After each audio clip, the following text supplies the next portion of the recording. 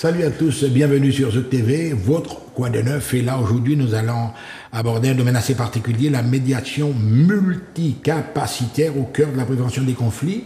J'ai à mes côtés M. Dominique Pamphile. M. Dominique Pamphile, bonjour, bonsoir, comme tu veux. Bonjour à tous et puis merci pour l'invitation qui m'est offerte aujourd'hui. La thématique est peut-être mal connue du grand public. Tu vas apporter quelques points d'explication. Médiation multicapacitaire, c'est quoi exactement au cœur de la prévention des conflits? Alors, la médiation multicapacitaire, c'est une nouvelle science. C'est une science de coordination des compétences.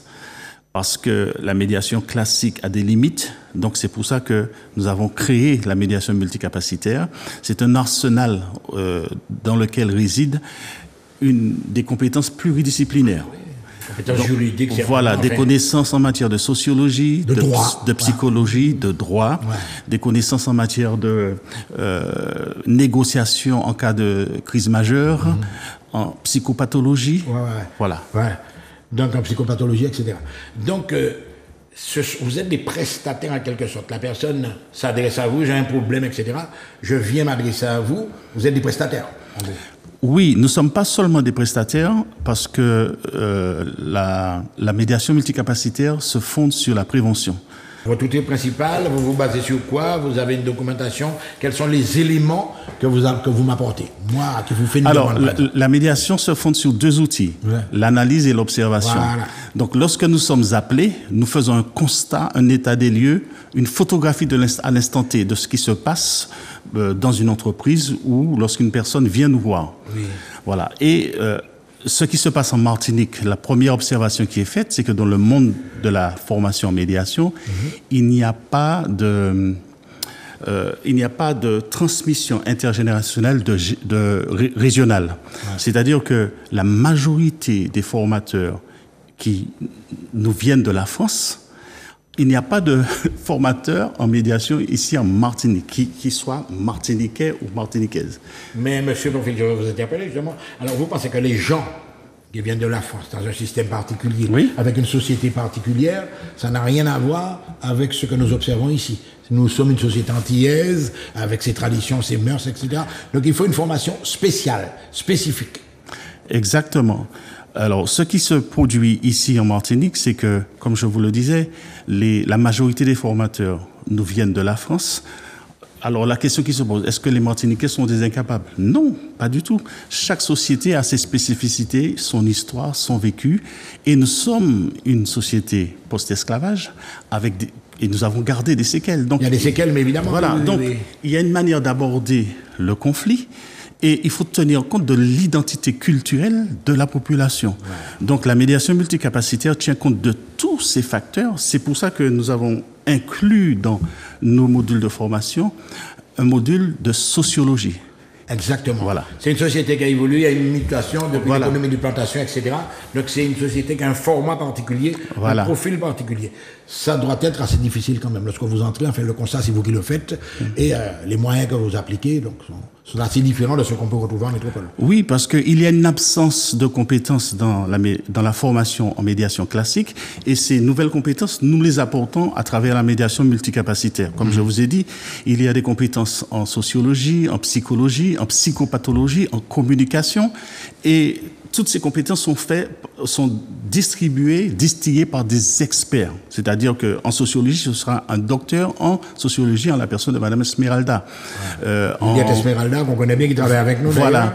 Donc il y a des spécialistes. À chaque fois, ce sont des spécialistes. Pourquoi? Parce que la médiation classique ne peut pas répondre à une diversité de conflits. Parce que chaque conflit est différent. Chaque conflit a une source, une origine différente, donc les causes des conflits ne sont pas forcément les mêmes. Donc on ne peut pas utiliser les mêmes outils, les mêmes outils de la médiation classique devant une diversité de conflits. Alors, monsieur Pamphile, on va aux travaux pratiques, quoi. Alors, je suis dans un cadre d'indivision. Donner un héritage, et puis la famille, etc. Nous ne savons pas comment on y est pour nous procéder. Est-ce qu'on peut, à ce moment-là, compter sur vous? Oui, parce que la médiation multicapacitaire a prévu dans sa session de formation un module sur la médiation successorale. Donc là, c'est encore un expert en la matière qui va intervenir, et qui est un médiateur désigné par la préfecture et qui est un expert en immobilier. Donc, qui régulièrement, il est dans cette pratique-là tous les jours. C'est ce travail, il est en contact avec ce genre de problèmes, etc. Voilà. Ouais. On va diversifier un petit peu. On est dans un conflit familial. Même, on va pas dire un cas de divorce, là, c'est carrément. Mais est-ce que dans tous ces cas de figure, vous avez des solutions? Oui, puisque dans la session de formation que nous avons prévue, qui démarre du 4 mars 2024 au 27 juin 2025. Ça fait plus d'un an quand même. Hein, oui, c'est 78 jours de formation, 546 heures de formation. Ouais. Mais pourquoi? C'est une formation qui est allée sur le temps parce que nous apportons des compétences. Et c'est une multitude de compétences qui sont apportées aux apprenants. Donc, en ce qui concerne la médiation familiale, c'est un expert en médiation familiale qui va régler le problème. Ouais. Voilà. Alors évidemment, vous allez me dire, on travaille, parce que finalement c'est un travail, comme vous le voulez ou non, on fait appel à vous, etc. Mais sur quelle base? Qui est-ce qui alimente ça? Comment vous êtes rémunéré? Votre association, comment elle est alimentée? Ouais. Alors, les personnes qui sont en conflit peuvent faire appel à nous. Hein, il n'y a pas de souci. Donc, des prestations comme un avocat, enfin, pas seulement des avocats, puisque nous sommes à France Médiation toujours, nous sommes nommés à la Cour d'appel de Fort-de-France comme médiateurs judiciaires.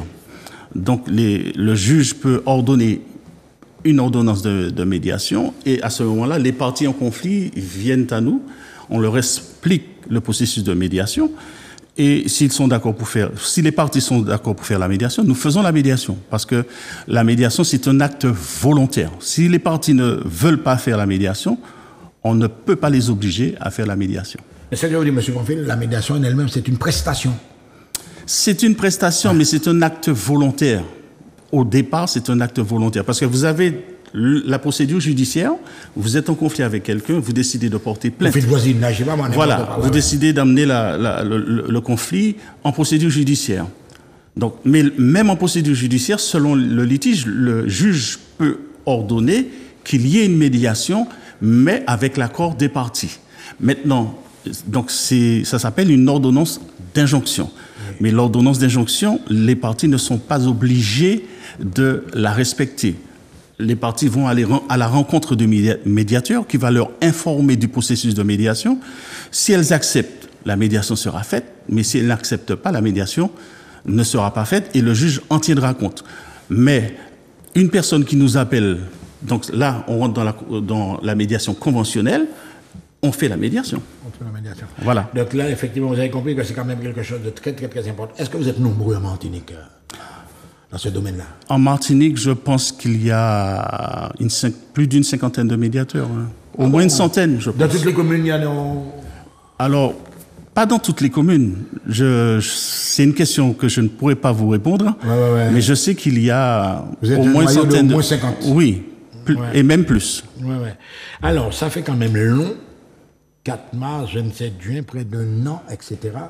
Est-ce que vous vous adressez à tout le monde ou vous avez des tests d'évaluation pour voir qui pourra suivre ce type de formation? Oui, alors pour faire la formation à médiation multicapacitaire, nous avons un questionnaire d'évaluation, donc il n'y a pas de prérequis, pas de niveau exigé.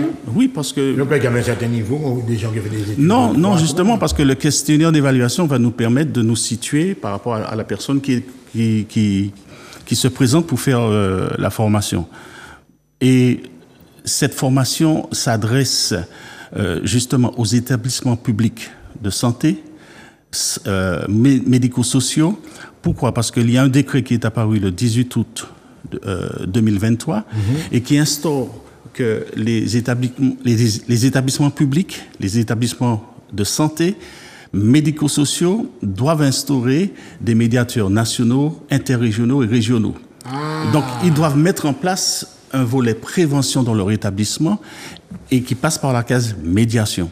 Donc, nous répondons en quelque sorte à un décret, à une directive. Ils font le recensement pour vous. Ils vous envoient des fiches, enfin des listes de noms, etc. Non, le décret est apparu et nous sommes basés sur ce décret parce que nous avons un volet prévention dans la médiation multicapacitaire Et en plus de ça, nous avons rajouté un volet agricole, c'est-à-dire que au sein de la session, il y aura un module sur la médiation agricole qui sera assuré par un médiateur expert en agriculture.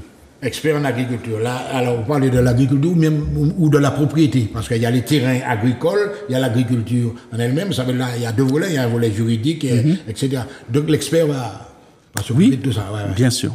Alors, et je vois un élément important, un an de formation, etc. Mais vous avez des tests d'évaluation. Non pas c'est des examens, si vous voulez, c'est des tests. Alors, ça c'est important aussi. Vous voyez, les gens bien acquis. Il y a un questionnaire d'évaluation à l'entrée de la formation. Et en cours de formation, nous avons des tests d'évaluation pour voir le progrès. Si les apprenants ont bien acquis et ont bien assimilé ce qui leur a été donné comme savoir. Et en fin de formation, il y a un questionnaire d'évaluation finale. Mais, justement, dans ce genre de processus, donc 1 an, etc., vous avez dit qu'à mi-parcours, je crois qu'il y a 2 évaluations. Est-ce que quelqu'un peut s'arrêter à la 2e évaluation? Vous-même, vous sentez, dites non. Mon d'abord peut suivre toute bagaille là. Si la personne désire s'arrêter, elle va s'arrêter. On ne peut pas obliger une personne qui. Il y a des personnes qui commencent une formation et puis qui l'arrêtent. Mais ce n'est pas le but. Ouais. Voilà. Alors on voit 1 an, un pays, n'est-ce pas, où le chômage commence à grossir sérieusement. Est-ce que vous pensez que ça intéresse la nouvelle génération, ce genre de formation? Oui. Alors je vais vous expliquer pourquoi. Il y a eu un avant-Covid et un après-Covid. Et on s'est aperçu que le confinement a causé beaucoup de dégâts. Alors, si vous regardez les chiffres du gouvernement, les coups et blessures volontaires pendant la période du Covid ont augmenté. Les violences sexuelles ont augmenté. Les violences conjugales ont augmenté. Et jusqu'à ce jour, on n'est pas capable de mesurer l'impact du confinement sur la santé des Martiniquais. Oui, excuse-moi, mais là, ce sont des problèmes intrafamiliaux, tu vois. On est enfermé en quelque part. Alors, il n'y a pas... Si maman est sautant les mamans, on l'est pas. Il n'y a pas que ça. Ouais. Alors, si on prend les 4 décennies qui viennent de s'écouler, il y a quand même eu beaucoup de conflits sociétaux ici en Martinique. Et s'il y avait des médiateurs qui étaient nommés à ce moment-là pour pouvoir régler le conflit, eh bien, il y aurait eu un autre résultat. Je me rappelle le mouvement des agents hospitaliers pendant la période du conflit. L'État a nommé un médiateur, mais qui est venu avec les directives de l'État. Alors ce médiateur, je dirais honte à lui parce qu'il a dérogé à son code éthique et déontologique. Parce qu'un médiateur doit être impartial, indépendant. Il doit être indépendant, impartial et neutre. C'est-à-dire qu'il ne prend pas parti pour l'une ou l'autre partie. Voilà. Non, mais ce que vous venez de dire là, c'est très, très, très dangereux parce qu'effectivement, dans le cas bien précis, ça sautait aux yeux. Il était en mission, on va dire. Il était en mission, missionné par l'État, mais il n'était pas indépendant. Il ne jouait pas son rôle de médiateur. Voilà. Surtout quand vous dites indépendant, neutre. Neutre, c'est ça. Exactement. Voilà. Alors là, justement, on a parlé du test d'évaluation, renforcer vos capacités de résolution, notre vision repose sur une approche novatrice. Vous pensez que c'est nouveau, ce que vous apportez là? Oui. Pourquoi? Parce que le décret du 18 août, justement, 2023, met l'accent sur la prévention des conflits. Or, on s'aperçoit que dans les établissements publics, il n'y a pas de dispositifs qui sont mis en place pour la prévention des conflits. On attend que le conflit éclate. Pour réagir. Ouais. Alors qu'on peut mettre en place un certain nombre de dispositifs pour anticiper le conflit. Et la force de la médiation multicapacitaire, c'est de pouvoir mettre en place des outils et des dispositifs au sein des établissements publics comme privés pour anticiper le conflit. Mais ce qui est intéressant, monsieur, pour ce que vous dites, c'est que dans tous les cas de figure, vous voulez justement prévenir ce genre de conflit. Exactement. Vous savez que nous sommes une société post-esclavage, mais aussi nous sommes les enfants des déportés. Donc nous sommes les descendants des déportés. Et en Afrique, ils avaient pour coutume de se réunir sur l'arbre à palabres. Oui. C'était un lieu d'échange, mais un lieu où les anciens enseignaient les plus jeunes. Et même lorsqu'on avait 30 ans, on n'avait pas droit à la parole, parce que c'est l'ancien qui vous donnait l'autorisation de parler. Mais on donnait aux enfants on leur enseignait la limite de ce qu'ils peuvent faire ou ne pas faire, la limite de ce qu'ils peuvent dire et ne pas dire. Et c'est de cette façon-là qu'ils prévoyaient, qu'ils avaient en tout cas une éducation proactive en ce qui concerne la prévention des conflits. Justement, M. Bonfils, c'est très, très, très important ce que vous dites. C'est peut-être la résonance africaine qui se manifeste en nous toujours, mais c'est un héritage, hein, parce que dans la famille antillaise, à l'origine, il y avait le rôle de l'aîné. Vous savez, qui était inclus dans la famille, qui était exact. Là, mamie, bonnement, mais qui avait son regard sur le fonctionnement même du foyer. Vous pensez que ça nous manque un petit peu?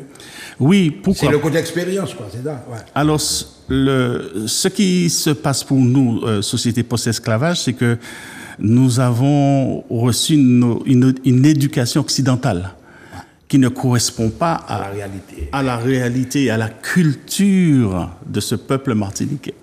Non, mais c'est très, très, très important ce que vous dites, parce que là, justement, on se rend compte, effectivement, qu'on a un fonctionnement particulier, un fonctionnement qui est ancré sur les séquelles de notre histoire, quoi. Exact. Former, informer, outiller. Alors, côté outils, vous avez dit que vous proposez donc des spécialités. Enfin, vous avez toute une batterie de... Exact. Vous rappelez quand même Oui, parce que nous offrons aux apprenants des connaissances en matière de sociologie. Et je rappelle que la sociologie, c'est l'étude des relations humaines. Nous offrons aux apprenants une connaissance en matière de psychologie, en matière de psychopathologie, en matière de communication, en matière de négociation en cas de situation majeure. Vous voyez, en médiation familiale et en médiation successorale, en médiation agricole. Donc, c'est beaucoup de compétences et vous comprenez pourquoi nous avons étalé notre session de formation sur une année. C'est vrai que c'est lourd, mais lorsqu'on veut devenir médiateur multicapacitaire, il faut passer par là. Non, mais justement, ce que vous dites là, ça demande des compétences intellectuelles quand même assez importantes. Mais bien sûr. Le public visé, c'est pas forcément non plus... Ce sont des gens qui ont un certain niveau déjà. Alors, le public visé, c'est déjà les établissements publics. Comme je vous ai dit, les établissements publics... Les étudiants.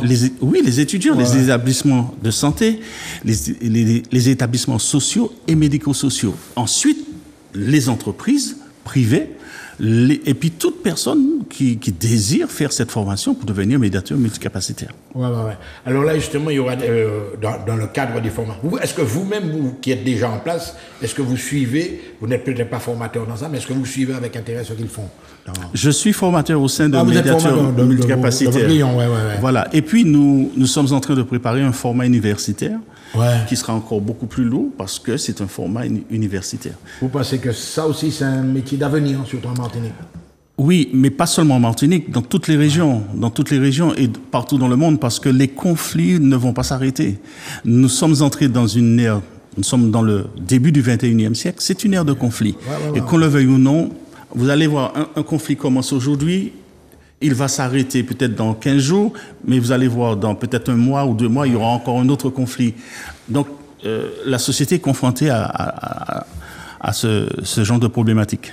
Oui, confronté à ce genre de problématique, il y a ça, il y a le côté, évidemment, spécialiste, vous avez parlé de sociologues, de gens qui interviennent, etc. Mais il y a aussi le côté technique. Hein. Est-ce que la part des nouvelles technologies, je discutais avant ça avec des jeunes, là, est-ce que vous y avez pensé aussi?